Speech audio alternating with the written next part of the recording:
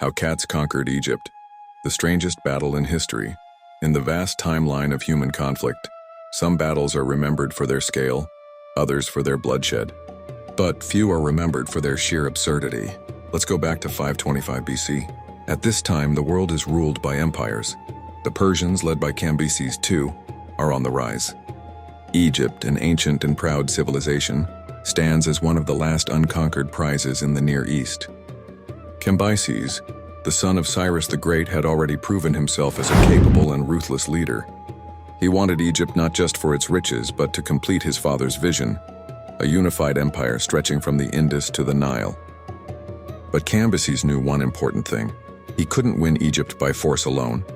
Egypt wasn't just protected by soldiers, and it was protected by its beliefs. The Egyptians had a complex religion, one in which animals were not only sacred, but in many cases divine. Of all these animals, none were more revered than the cat. Cats were seen as manifestations of the goddess Bastet, guardians of the home, symbols of fertility, and agents of divine protection. To kill a cat, even by accident, could lead to a public riot or death sentence. There are documented cases of mobs attacking Roman soldiers hundreds of years later, just for hurting a feline. Cambyses saw this as his opportunity.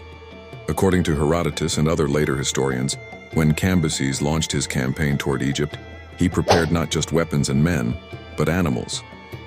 At the climactic Battle of Pelusium, the Persians allegedly unleashed an army accompanied by cats, dogs, ibises, and other animals sacred to the Egyptians.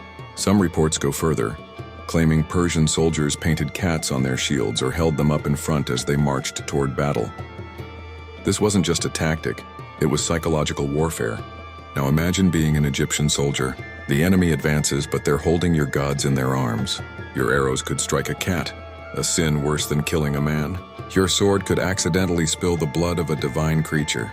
The battlefield becomes a moral trap. And it worked. The Egyptians froze. Their ranks broke down, their formation collapsed. Fighting became impossible, not because they were outnumbered or outmatched, but because they were spiritually paralyzed. The Persians broke through easily. The proud army of Egypt, guardians of a millennia-old empire, crumbled with barely a fight. The city of Pelusium fell. Soon after, Cambyses marched into Memphis, the capital. Egypt, the land of pyramids, pharaohs, and gods, was now under Persian rule. At first, Cambyses played the part of the respectful conqueror. He participated in rituals, wore the symbols of pharaoh, and claimed to honor the local deities. But that mask didn't last long. According to some ancient accounts, Cambyses grew increasingly erratic and cruel. He allegedly mocked Egyptian religious customs, defiled temples, and even killed the sacred Apis bull, a living god in the eyes of the Egyptians. Historians debate the truth of these stories. Some say it's Persian propaganda. Others believe Cambyses suffered from mental illness or divine punishment. But what remains undeniable is this. One of the oldest and most powerful civilizations on Earth was defeated not by a superior army, but by a man who weaponized belief itself. The Battle of Pelusium remains one of history's strangest military victories.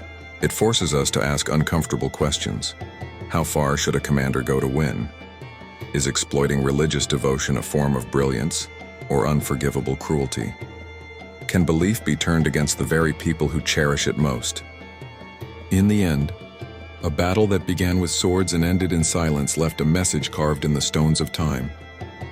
Even the strongest empire can fall if its heart is used against it. What do you think? Was Cambyses II a military genius or a barbaric manipulator? Leave your thoughts in the comments. And if you want more insane stories like this, subscribe for more forgotten chapters of history.